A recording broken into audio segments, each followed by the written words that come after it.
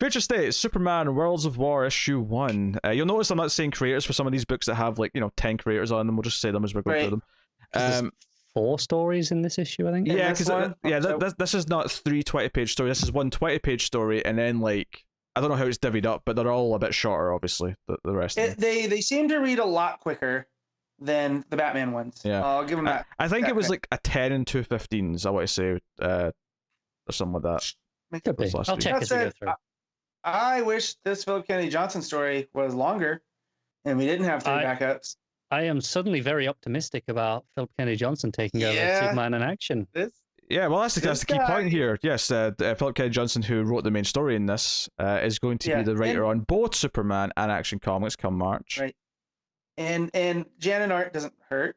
Of course not. It never does. The biggest problem I have with Janen's art in this issue is that we don't get enough of his Superman at the end, the War World Superman. Yeah. Yeah, I actually think I was pleasantly surprised at how much this was not just because I was kind of went into this, it's going to be some sort of Gladiator Superman story on War World, whatever. I think I'm pleasantly surprised that that's not what this is.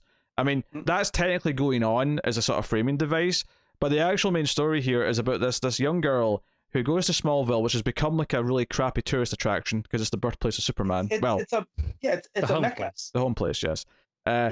And she goes to this meeting where people are sharing their stories about where they think Superman is, because most people will believe he's dead.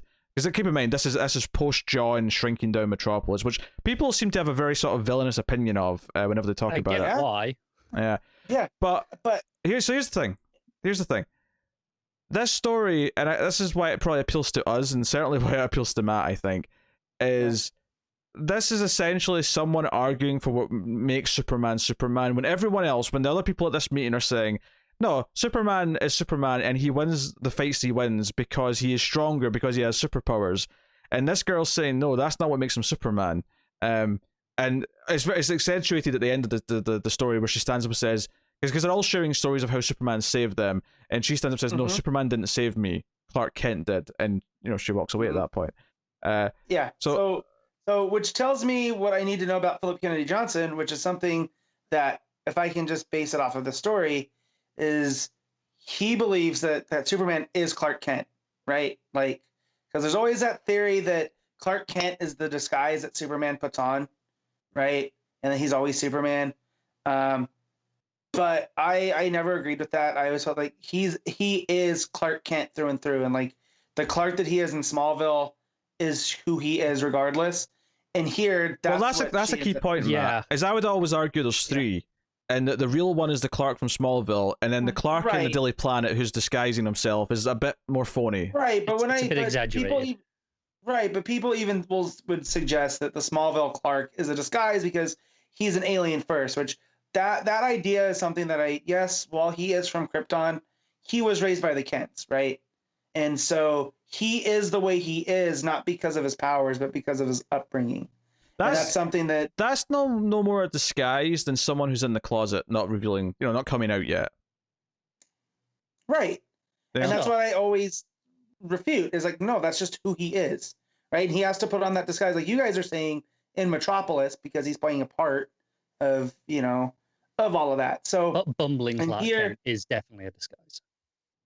Yeah. So, but through here, it's no, Clark Kent or Superman is Clark Kent, and that's who saved me, not Superman. It's the man in Superman. But what's really cool is we get Janin drawing all of these stories of Superman having these great deeds. And it was reminding me best of both worlds for the issue, isn't it? Where we've got all the great action, all the alien invasion stuff. We get to see some zombies. We get to see Superman doing all the cool shit that we like to see Superman do because that's fun stuff to read in comics. Yeah, but also get the point of no, this is what Superman really is. Yeah, and all the stories they serve this purpose where you've got all these different narration boxes from all these different kids who are teenagers or whoever who are telling these stories, and they basically start theorizing various things about where he's met. And they all think he's dead, pretty much, but they have different theories as to how he died. One of them straight up says that they think that other Kryptonians survived who are not good people are going to eventually come and rule the planet, and because Superman's not here anymore to stop them, that's inevitable. So that, I mean, even that's a great page of all these various like imaginary Kryptonians that this kid's imagining, are really good. And that's when this main kid sort of like gets upset and says, what Superman taught us about hope. Where's your hope? You're all just assuming he's dead. But then this one kid's got a really interesting idea where he thinks Superman's ascended, almost Star Trek higher being style, where now he's in the wind. Superman's in the wind. Yeah, they have a theory that Superman is always, is reborn essentially on every world that needs a Superman, and he appeared as human for us because we're a human world, but on other worlds he's very alien. But he is to them what he is to us. And which again, that was a great 2-page spread as well. Yeah, which again upsets the main character because she says, "No, you're treating this like a crappy mecha or whatever. You're treating him like this religious figure.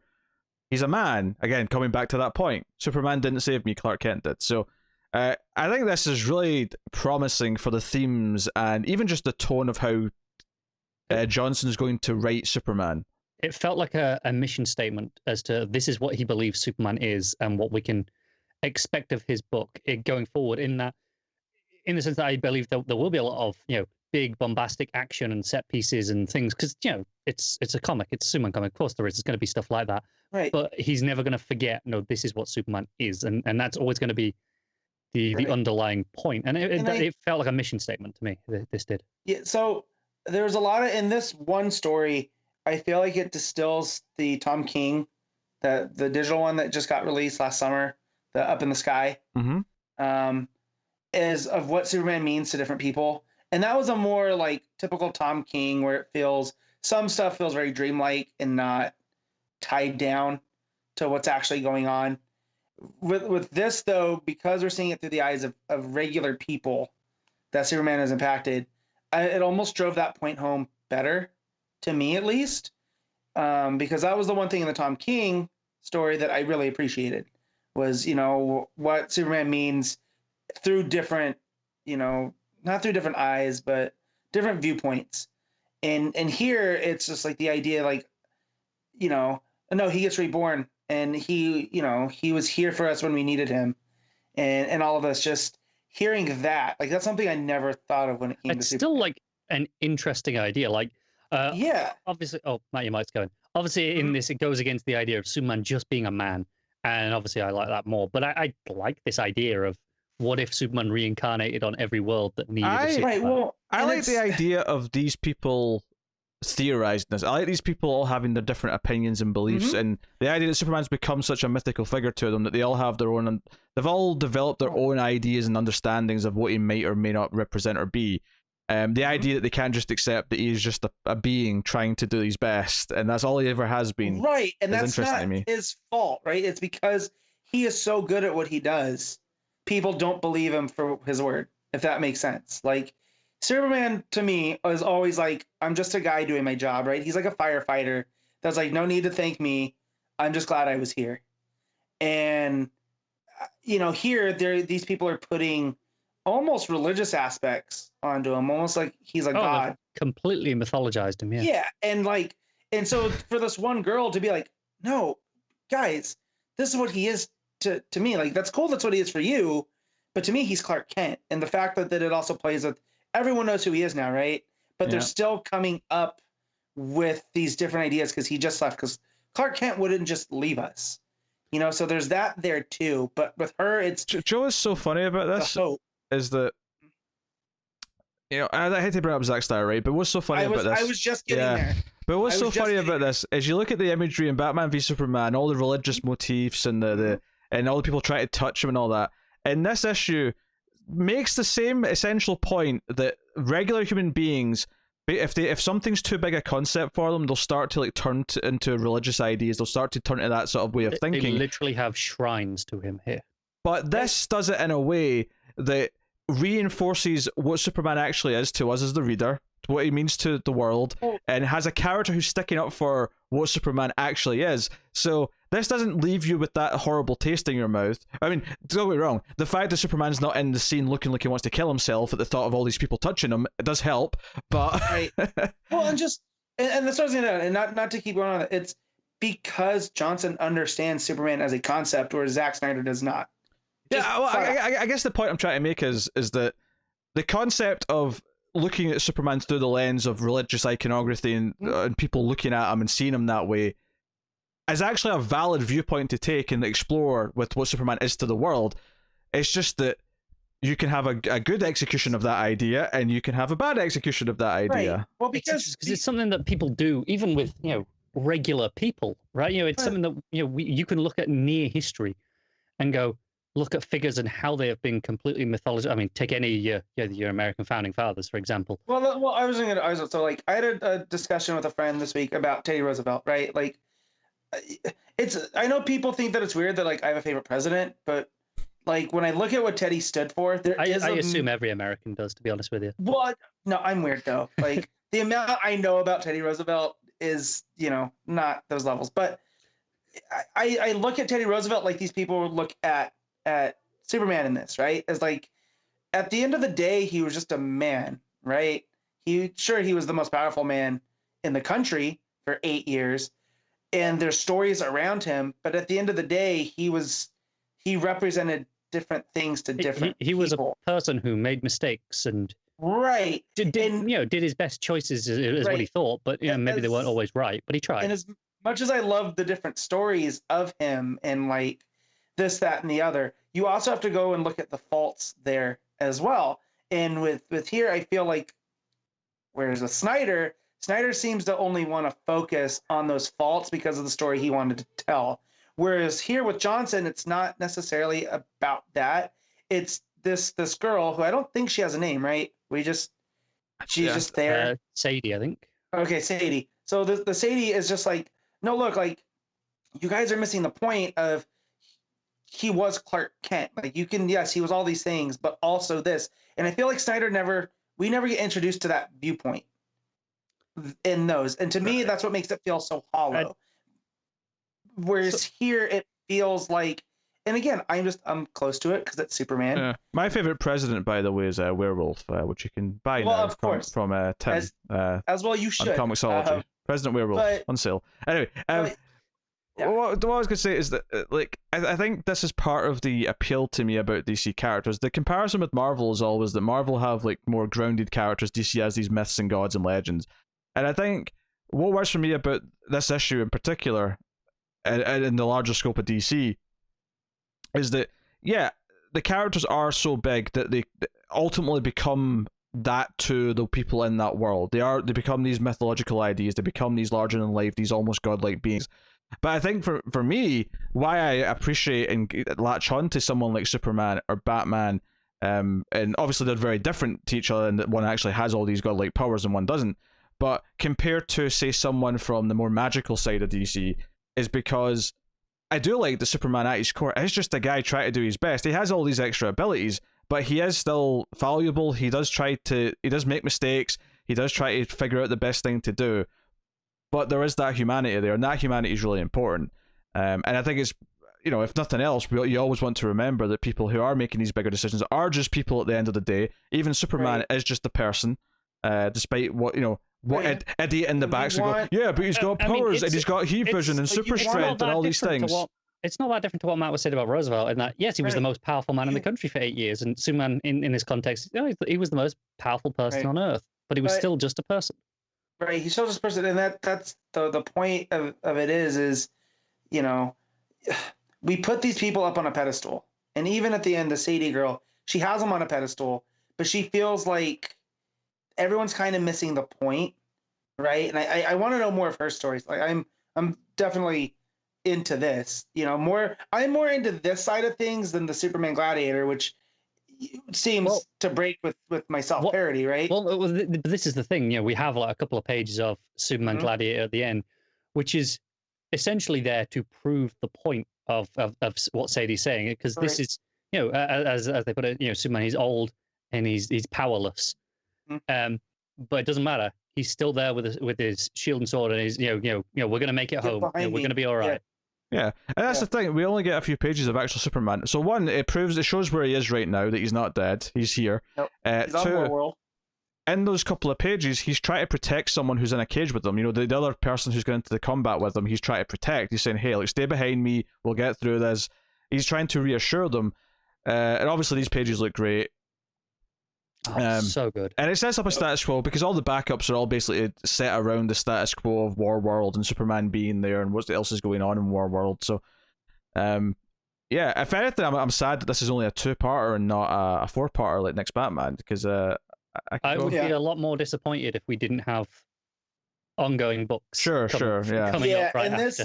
This completely set aside any doubts that I had about Philip Kennedy Johnson taking over both books, because I feel like there is going to be a balance here with what we had, what Superman represents on Earth versus what he's doing on Warworld. That yes, they're tied, but they do feel two different ways. So I'm still a little disappointed that he's on both books just for the sake of variety, but also it's very clearly he knows what he's doing. So it's I'm less mad than I was when Bendis was on both. Right. So like going when Bendis was taking over, I was very into it. But even after the Man of Steel mini, I was kind of like, okay, this is going to be Bendis' Superman, which felt like Bendis' Superman. Here, I feel like Philip Kennedy Johnson is a lifelong Superman fan and going like, this is the story I've wanted to tell. And who knows if after, it's always, that thing they say about musicians, you have your whole life to write your first album and then, 2 years to write the second one. So who knows what the second arc's going to be like, right? But judging based off of this is someone that I definitely want to see them take on Superman because it feels like it's special to them, Yeah. Yeah, I have no notions about the first arc, second arc, anything like that. All this says to me is that he's got a good voice for the spectacle and the idea of like how big Superman's supposed to feel. He understands the character, and it was a really enjoyable read. So it ticks all the boxes for wanting to read more. So also a friend of the show, Talking Superman, was going through non-DC trades that he's reading. Mm-hmm. And one of them written by Philip Kennedy Johnson is Kong, God of Skull Island. I was like, how did I not know this thing existed? So it's like the most Matt book ever.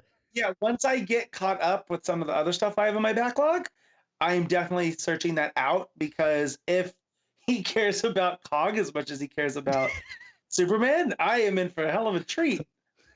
So, I mean, there's no one on Earth that cares about Kong quite as much as they care about Superman. But it's just in time though, Matt, because Kong's about to get his ass whipped by Godzilla in a couple of months. No, he's not. So... Judging from stuff I've read, he's the babyface. Babyfaces go over, Pete. You know that. No. They're going to team up against something bigger by the end, but yes, I know. Godzilla's winning. Godzilla's winning. Godzilla's Roman Reigns. How dare you? How he's getting the artificial push? I feel like I want to be on Pete's side here because I think Godzilla will win, but you keep talking about in references I don't understand, and I can't. Pete's obviously indignant and upset at that comment, and I feel like I should be as well, but I don't understand it. So God damn you, Matt. Just real quick, Roman Reigns was this guy who has all the pieces, real good, but it seemed like he was the chosen one. In just the story that they were telling, it was kind of like Batman, where you're just like, okay, I'm over it. Like, it's just everything always Roman Reigns. Whoa. Yeah. Matt, you can't just throw that line. Not everyone feels that way you do about Batman. No, but in context, I know what Matt makes. I know how he feels about Batman. No, because I've seen this a lot around Future State and Post Future State. It's like, there's just a lot of Batman, and people kind of want to see more. And that was kind of with Roman Reigns. Roman Reigns was just like always in front of everything, and it didn't feel right. Well, right? yeah, but that was without. Yeah, but Roman Reigns didn't have, like, I don't know, being like one of the most established and liked and well developed characters in comic book history behind him. John Cena. You like that one more, Pete? Or would you rather Roman Reigns? I like compared to Batman, so I don't think this is a fair thing. The problem isn't the wrestler here. The problem is, well, there is a problem because you're comparing to Godzilla, which is wrong. But well, it's not Stone Cold. He's not going to give a hell yeah. No, he's not. He's a force of nature. He's more like the Undertaker. Nah, he's more like the ghost of Macho Man. Oh well, how dare you, sir? Martha's Elizabeth. We're supposed to be getting a trailer soon, and like tomorrow. Yeah, I'm upset because I'm not going to be able to see it in the theater, so now I have to go buy a sound bar so I can get a proper Yeah, but Matt, every other studio has started delaying their movies again until 2022 or the end of this year. So at least this you're going to get. I mean, no, I know, but there are still some claiming they're going to have movies out in July. Well, I mean, we'll see. We'll see. Kong and Godzilla are both ones that you want to see on the biggest screen possible, right? Just because of who they are, Like, I know Connor loves Bond, but I'm perfectly fine with watching the new Bond in my house versus King Kong versus Godzilla. I'm perfectly fine with not watching the new Bond. The new Bond in my house if I have to, if they will just release the goddamn thing for me. Yeah. But, so, anyways, Philip Kennedy Johnson's writing Kong, or wrote Kong. He's writing Superman. What's next? Yeah. So. Oh dear. All right. Rate the first story, Matt. This was a 9.5. Connor. I'm going up there. I'm giving it a 10 because I read this. I was like, damn, I get it. I feel like I didn't think I was going to come out of this looking like the negative one by giving it a 9, but apparently. I'm the most. I thought Connor was going to go with the 9 because Connor always. That's why I didn't give it the 10. No, I mean, I obviously didn't think I was going to be on this episode, so I read all my books early, so that I could have thoughts prepared, and I put out a little, meme review of everything, and this was, and I said to you guys, if either of you don't like this, we are having serious words, and that because this was like, oh no, this is exactly what I want. And maybe it's getting an extra little point because I haven't really read a proper Superman book in however many years now. That could be that too.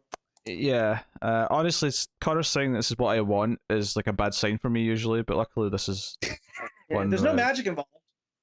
I don't know. Connor's a lot of bad taste. Connor decided to drop WandaVision yesterday, man. I need to review that on my own now because he's been a negative Nancy and doesn't like it. Real quick side note. I understand with the people going, it's moving too slow, but that's the pacing of the show. That's just what it is. And also... yes, I want to say, just in my defense, I did not say it was bad. We're not tangenting here. We need to move on. We've got a lot of books to talk about. We're not doing this. Cars a negative Nancy. That's the whole point. All right. Story 2 was the follow-up to Mr. Miracle, which I have to critique a little bit in saying that I don't really feel like it follows on from the last one at all. It's just like the same character again. Well, it tells you that following on from where he was, because he boom tubed out at the end of the last issue. Yes, but I mean that's so like you literally could just start this. He's come through a boom tube and he's here now. That's it. Like yeah. There's the part where he's confused. Obviously, doesn't know where he is. It's the mystery of that, and then there's the hints that he hasn't just traveled in space. Presumably, there's been a time jump as well for him that he obviously doesn't know about. Right. Yeah, well, it's also this takes place after Superman Metropolis 2. So whatever happens in that issue happens here after that. So, presumably now we know he gets out of Metropolis somehow. Yeah, clearly. So it's just here on War World. Yeah, it was just kind of a weird start for me. I was like, okay, so it doesn't really feel like it matters anything that happened previously. It's just like another story with the same character. But which I guess is they might have done intentionally because this is obviously in a completely different book, and they don't want to alienate people who weren't reading that first one. Yeah, but it just adds an extra layer of confusion though, because then you expect to have to know what happened in the last one. So maybe you either chose or didn't choose to read these backups based on that because you didn't want to buy both or whatever. But anyway, so he is trying to figure out where he is, what's going on, and very quickly discovers that he's in Warworld because he goes up and finds the arena and runs into Midnighter, who casually mentions something about Superman Clark specifically, because obviously Mr. Miracle's not expecting Clark to be around. He thinks he's dead or whatever. But again, it ends very quick where, it doesn't feel like a whole lot happens. He ends up outside the Warworld and sees the entire fleet of ships. He's given the mission by Midnighter to go and get to a relay or something to like boost the signal to get help. But that's basically the gist of it. I like the art again though, and I do kind of like the idea of the backups being revolved around the Warworld stuff. Which I think I still enjoyed this backup. Obviously, it's not as strong as the main story.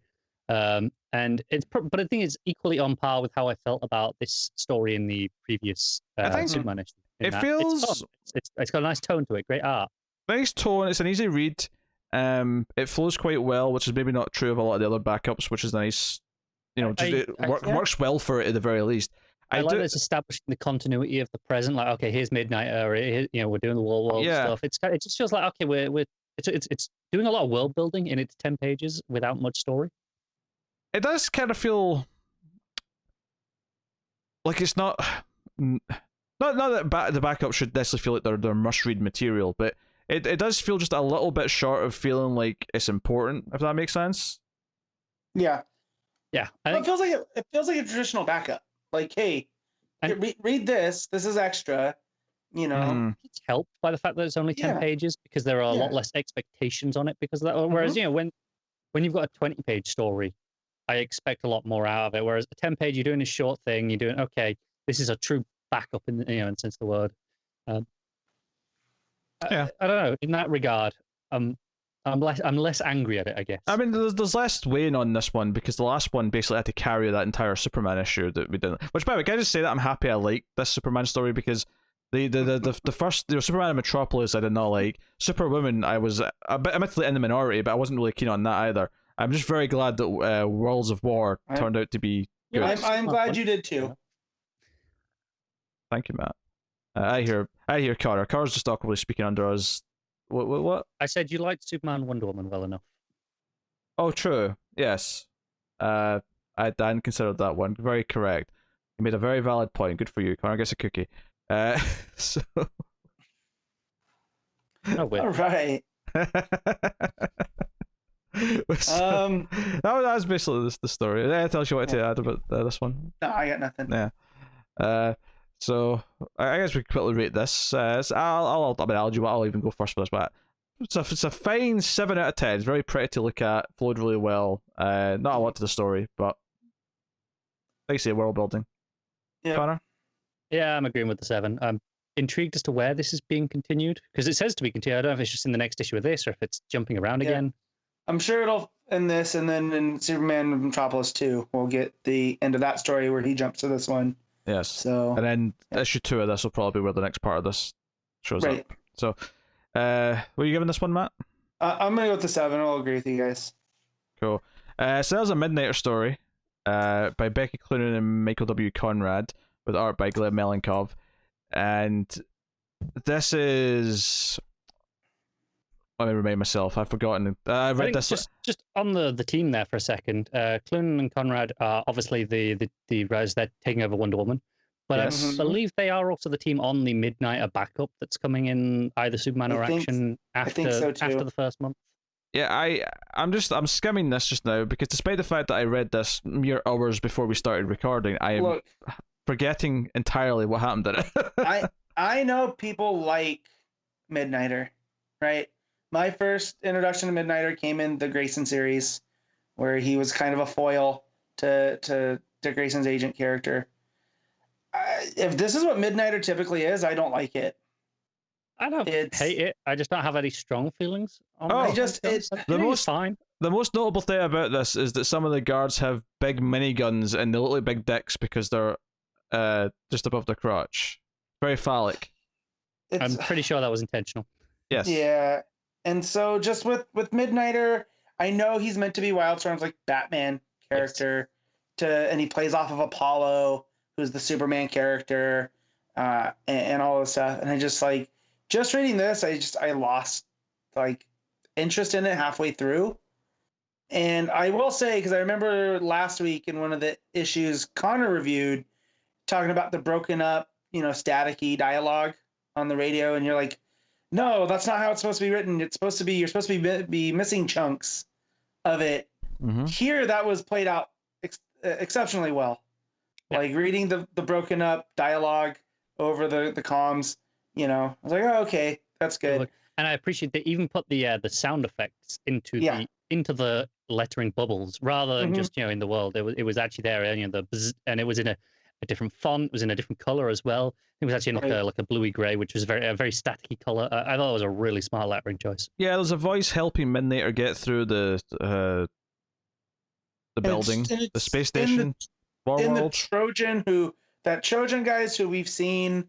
That's why John bottled up Metropolis because of the stuff going on there, and so it feels like this is a chunk of that, and I don't know. I thought personally, I thought it was an easy read. I didn't find it very challenging. I thought, it's a lot of action, which made it easy just to go through. I thought Melikov's art was solid enough. I think it is really like scratchy and heavy on the shadows and the inks. It kind of works for this kind of not quite Batman book. Some great colors as well that really pop out, especially when it does the oranges and the glows from the gunshots. So I think that made it an easy enough read for me. And then the Apollo reveal was pretty solid. But I just don't care. Yeah, we have to explain that. We can't just gloss over beats like that. The whole issue is building him getting up to whoever's running this place, and it turns out to be Apollo. I can't really remember where they are, though, to be honest. That's the point I was trying to get to, but then you guys started talking about art. Yeah, I'm not entirely sure where they are. Yeah, no one can tell me, which is maybe a glaring problem in and of itself that none of us remember. I think it is Warworld, somewhere on Warworld. Yeah. But I don't know. Well, they're on a space station that's circling Warworld. Okay. Yeah, so because that's how he ended up there. He got teleported. Amazing how little of this I remember, despite the fact that I only read it and that's part of the problem. And I didn't even realize that was supposed to be Apollo at the end. I mean, it makes sense. But I wouldn't have known. It's just that it's the only character I know that's associated with Midnighter, so I just assumed it had to be Apollo. Yeah, I do think that is a badly written reveal, and that there's no no dialogue cue to explain it. I mean, I know just because I know what Apollo looks like, and I recognize the symbol, so I was like, oh, okay. I know I vaguely remember, but it's vague enough that if you told me this was someone else, I'd have believed you. But it's just a case of, well, there's only one character that I associate with Midnighter, and that's Apollo. So that's the only one that, at least from my layman's knowledge, would have an impact on him for it to be him. But I do think they probably could have made that clearer for people who don't. Maybe they've never read anything to do with Midnight, which is quite likely. Let's be honest. Yes, it's not like he's had a lot of books published in the last 10 years since the New 52 fold into the Wildstorm. I think he appeared a little bit in the Justice League book with Martian Manhunter. I don't remember. There was a book with Martian Manhunter earlier. Yeah, I don't remember him being in Justice League United. It was like Stormwatch, I think. Yeah, I think it was Stormwatch. I'm thinking of. And then I know you had the Midnighter series by Orlando towards the end of the movie too, but that's about it, right? Mm-hmm. So yeah, they could have done better with that. Yeah. It's not bad. It's just really forgettable. It's mostly action. I don't know. It's kind of like the fact that I generally got to it and went, oh shit, did I read this? Because I don't remember what happened. And I did. I definitely did. No, I remember reading this because we had to take our dog to the vet and I brought my iPad to read this. And yeah. So I guess rating this, Matt. I'll give it a 5. Connor? Oh, it's real good, but I don't care about the story that much. Yeah, I'm gonna give it a 5 as well. It's fine. It's not offensive on any level, but it just don't care for it. I agree, 5. I just don't care. It doesn't make me care. Very unlikely to read the Midnighter backups, though. Especially if it's the same team as this. Yeah. And not that it's gonna be bad, but just I don't need those. I think I concur with that. Maybe I'll try the first one once the book starts because again, it's probably not going to be set in this future state world. It'll be set present day. DC that was the one that was going to have future state Midnighter as a character. Midnighter, yeah. Yeah. Okay. I don't remember that, so it's fair enough. And the last story in the book is a Black Racer story, which I have to admit I don't really know a whole lot about Black Racer. And remembering, or at least that I remember anyway. The new god embodiment of death. That's all I know about. Yeah. So, and she's in like a weird future gladiator rollerball mech style game, I think. Mech race. Race. Yeah. Which I have to admit, I did pop at that 2-page spread of them in these big mech suits. It's the best part of this story. And not I think this is a bad story. I just found myself not caring about it. Yeah. I think the problem with the backups in this, because it's not like they actively pissed me off like one of the ones in the Batman book did. This was more just kind of an apathy of none of these are really sparking interest. I mean, none of them are good enough to... Because your hope is that one of them's going to steal the show, that one of them's going to say, hey, this is going to be great, and it's going to be like, hey, oh, okay, I care about this team now, I care about this character that they're writing about. And I left all of them kind of feeling like, that was perfectly readable, but I don't really care.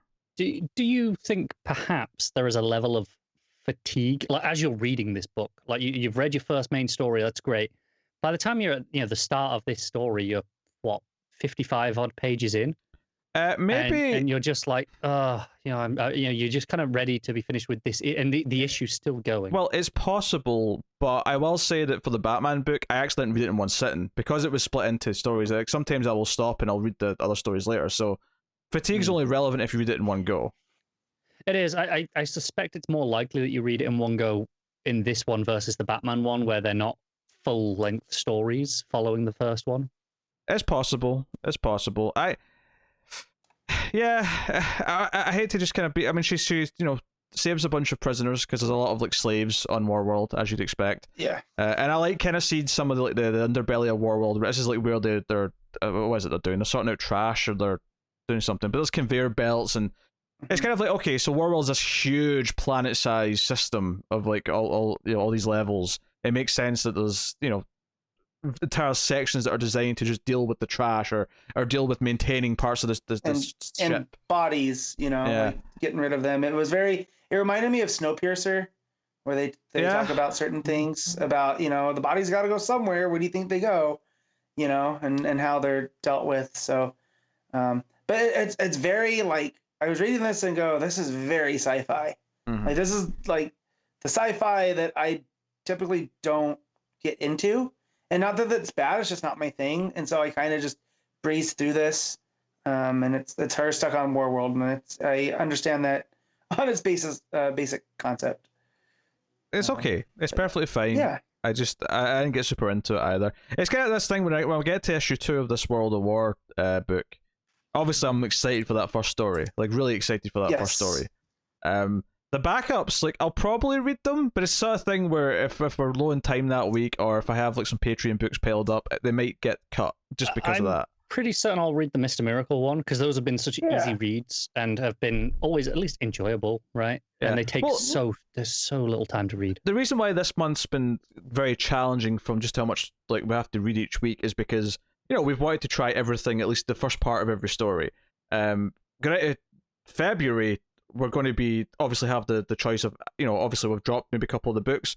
Some of the backups we know we don't like, we're not going to read. So naturally that'll smooth things out over the month. It'll be interesting next week if we look back at the month and go, all right, which ones are we not reading next month, and kind of seeing how much are we actually cutting out, and even in terms of like the primary books, because I can think of there's at least a couple before we even look at. I think there's 1 or 2 each week that I don't want to read, which is not bad actually. As a ratio goes, that's perfectly solid.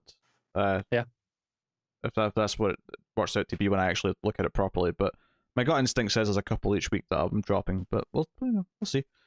All right, Matt, you want to rate the Black Racer story? Yeah, I'll give it a 6.5. Connor? I'm probably going to do the same as what I did with the Midnight one, where it's just it's a 5. It's fine. It's there. I think it appealed to me slightly more than the Midnight one, so I'll probably go with a 6. Mm-hmm. Yeah, that's why I went up a little bit high too, because at least I think I had I think I was a bit more fatigued by the time I got to this one. I tuned out of the Midnight one. This one I was just kind of like, okay, I'm almost done. I do think fatigue is an issue, because I think if let's say this was just a $5 book where it was the main story and then just this one story is the backup, I think I might have been a bit more like willing for it. I think I'd have been more open to reading it. Whereas, like I said, the Midnighter one wasn't great. I was kind of already a bit checked out by the end of that story, and this one just didn't grab me back in. Whereas if I'd come to this one right off of that first story, guarantee you I'd have paid more attention to it. All right, book as a whole, Matt, what are you rating it? Man, so book as a whole, I wasn't a big fan of the backups, but I really love that Superman story, so I'm gonna have to give this a 7.5. Sure, Connor? I think it's still ultimately getting the 8.5 from me. With everything else. Rating is so stupid. I know, but I gave a 10, a 7, and then a couple of 5s. But that first 10, obviously, 10s by their nature drag things up. Yeah, I'll probably give it an 8 overall, because it's so weighted towards that first story that I think is a must read. Admittedly, I think that some of these will be easier to read, because at least John Ridley's Batman's going to be bundled into a trade where it's just those chapters. Mm-hmm. Superman's maybe a bit weirder because it's not enough to get a full trade of just the main story of this. It's very hard to recommend someone go out and spend, what was this, $8 this one? $8. I think so, yeah. Yeah, it's hard to recommend you go out and spend $8 for that first 20 pages, as much as I love it. I think in the UK Comicsology it was like $6.40 or something like that. I can't remember the exact price. Yeah. There was something in that range.